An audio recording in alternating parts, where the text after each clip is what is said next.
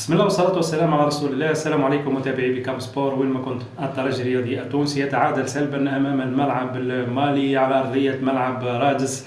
الترجي الرياضي التونسي يخسر زوز نقاط مهمة برشا في دوري المجموعات. كنت حدثت على صعوبة هذه المباراة وعلى الأهمية القصوى لتحقيق 3 نقاط في مباراة اليوم شفنا الترجي الرياضي التونسي خارج الموضوع، خاصة في الشوط الثاني شفنا إذاعة فرص بصراحة ما تضيعش.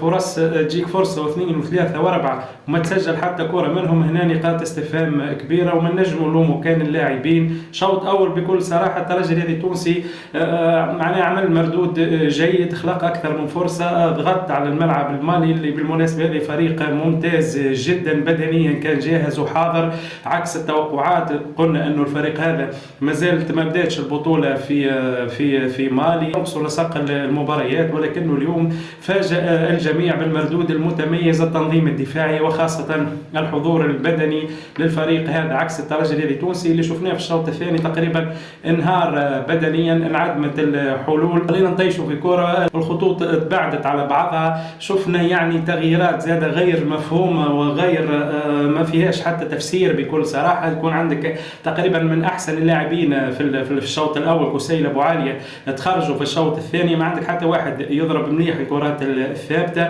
نعرفوا انه فريق منظم دفاعيا متكتل دفاعيا، تنجم تلقى الحلول عن طريق الكرات الثابته، مخالفات والا ركنيات. سي معلول يجي خرج لنا كسيل ابو عاليه ويخلي شهاب الجبالي اللي تقريبا انهار بدنيا، وما شفناش الشوط الثاني عكس الشوط الاول اللي قدم يعني شوط ممتاز بكل صراحه. باش نعطيه كل واحد حقه، باش نحكيه بكل تجرد في الفيديو هذا، رانا مانيش باش نعطيه ومانيش باش نغطيه على المشاكل اللي صايره في الترجي الرياضي التونسي. غاب البلايلي فغابت الحلول على الترجي الهجوميه.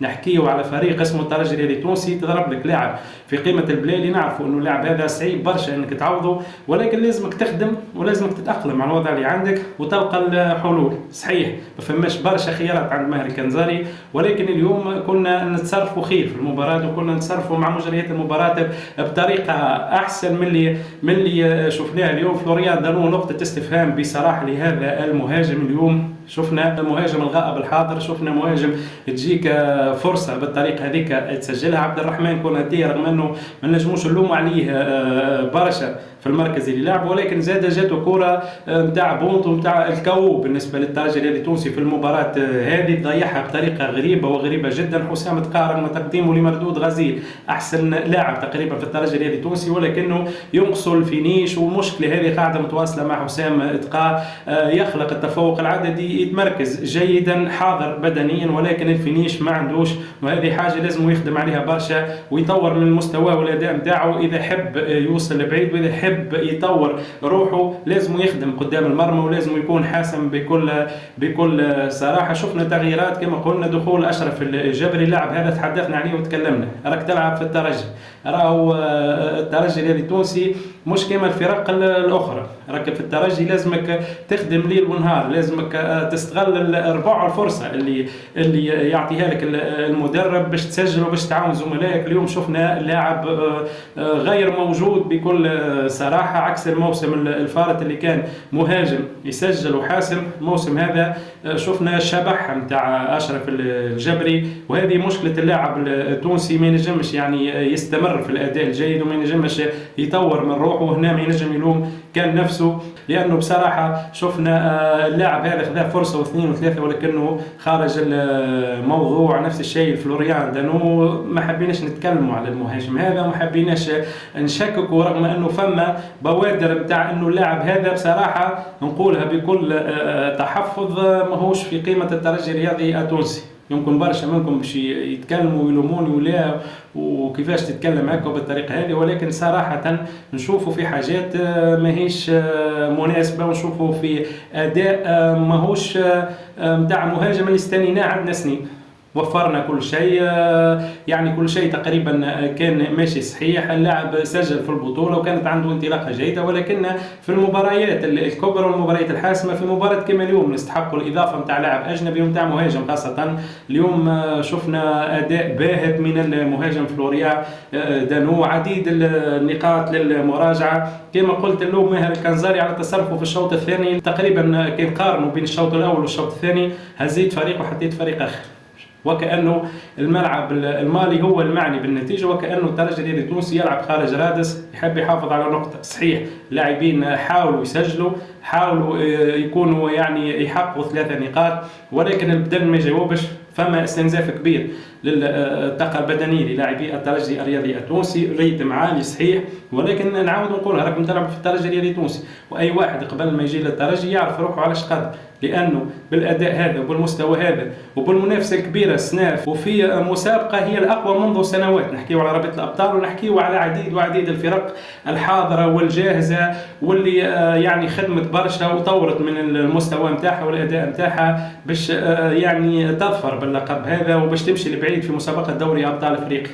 صحيح خسرنا 2 نقاط في ملعبنا، ان شاء الله ما نندموش عليهم، هذا اللي نقول، وانا ان شاء الله في يعني اخر الموسم ما نندموش على ال2 نقاط هذم، لانه كانوا يسهلونا برشا امور، خاصه المباراه الثانيه، الجوله الثانيه اللي باش يواجه فيها الترجي الرياضي التونسي منافس صعب وصعب جدا بيترو اتليتيكو. نتمناو انه مباراه غدوه بين بيترو اتليتيكو والمنافس الاخر في مجموعه الترجي الرياضي التونسي، الواحد من العصب نسيت حتى الفريق شكون اللي باش يلعب ضده، ولكن ان شاء الله المباراه هذه تنتهي على نتيجه التعادل اللي تخدم الترجي الرياضي التونسي قبل التنقل الصعب، واللي اصبح فيه الفريق مطالب بتحقيق الانتصار وبالعوده ب3 نقاط.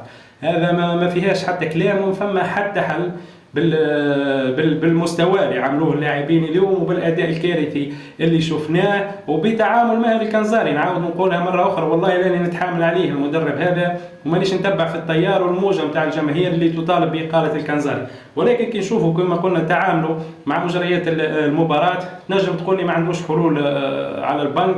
هنا هو يتحمل مسؤوليته، هو اللي قام بالانتدابات، هو اللي يعني ابدا الموسم الحالي، ما جاش ولقى ليكيب كيما هي كما يقولوا وخذاها وقعد يتصرف معاها.